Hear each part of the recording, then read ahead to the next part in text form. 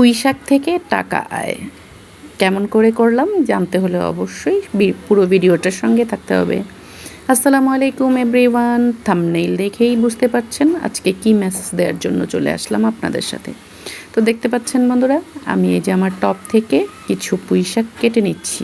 আজকে আমি এই পুঁইশাকগুলোই রান্না করব আমার আজকের লাঞ্চ আওয়ারের জন্য। তো কেটে নিয়ে আমি রান্না করে চলে আসলাম। ওগুলোকে আমি ছোট ছোট রান্নার উপযোগী করে কেটে নিলাম। এখন ধুয়ে নিব, ক্লিন করে ধুয়ে নিব। ধুয়ে নিয়ে আমি এটাকে পানি ঝরায় রাখবো, পানি ঝরতে দিব। দেন আমি এখানে দেখতে পাচ্ছেন যে আমি পাঙ্গাস মাছ নিয়ে নিয়েছি।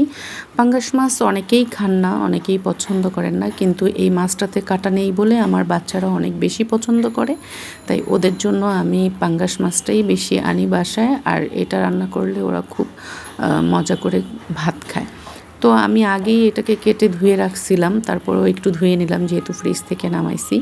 দেখতে পাচ্ছেন ধোয়া শেষ। এখন আমি এটাকে লবণ আর হলুদের গুঁড়া দিয়ে একটু সিদ্ধ করে নিব ভালোভাবে, যেন মশলাটা এটার মধ্যে খুব ভালোভাবে ঢোকে। তাই তো এই যে দেখতে পাচ্ছেন ঢাকনা দিয়ে আমি ঢেকে দিয়েছি যাতে মাছটা খুব ভালোভাবে সিদ্ধ হয়। এজন্য সিদ্ধ হয়ে গেছে অনেকটা, আর পানিটাও শুকিয়ে আসছে দেখতে পাচ্ছেন। এখন আমি একটা বাটিতে নামিয়ে নিব।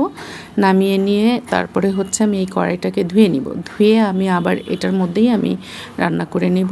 তো আজকে আমি রান্নাটা করব সরিষার তেল দিয়ে। এই যে সরিষার তেল দিয়েছি গরম করে, আর তেলের মধ্যে যখন আমি পেঁয়াজটা দিয়েছি এরকম ফুলে উঠছে। কারা কারা এরকম সিচুয়েশনে পড়েন একটু জানাবেন তো বন্ধুরা। তো দেখতে পাচ্ছেন এই যে পুঁইশাকটা আমি দিয়ে দিয়েছি। এখন মশলা টশলা হালকা দিয়েছি, যেহেতু শাক দিয়ে মাছ রান্না করতেছি তাই আমি খুব একটা মশলা ব্যবহার করি না, খুব হালকা মশলা। তো কেমন করে আমি পুঁইশাক থেকে টাকা আয় করলাম এবার আপনাদেরকে বলি।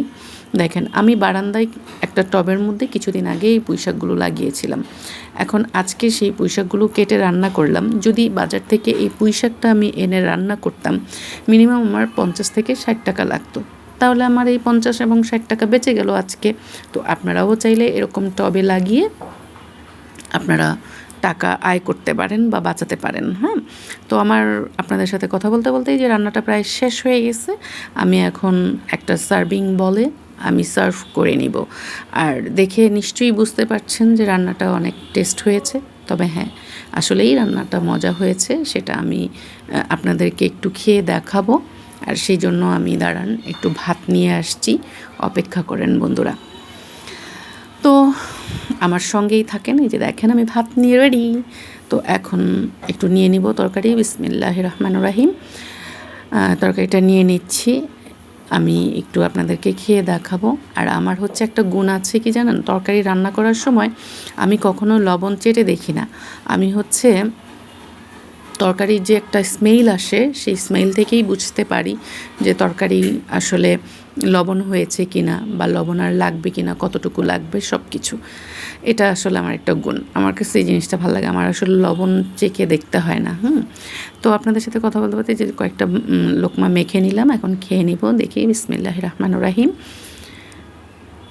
আলহামদুলিল্লাহ, সত্যিই রান্নাটা অসাধারণ হয়েছে বন্ধুরা, বিশ্বাস করেন। খুব খুব খুব মজা হয়েছে। তো চাইলে আপনারাও এরকম করে আমার মতো করে রান্না করতে পারেন। একটা রেসিপিও শেয়ার হয়ে গেল আপনাদের সাথে। তো আজকের ভিডিওটা এই পর্যন্তই আপনাদের সাথে শেয়ার করে নিলাম। তো সবাই ভালো থাকবেন, সুস্থ থাকবেন, এবং সবাইকে ভালোবাসা দিবেন, ভালোবাসার সাথেই থাকবেন।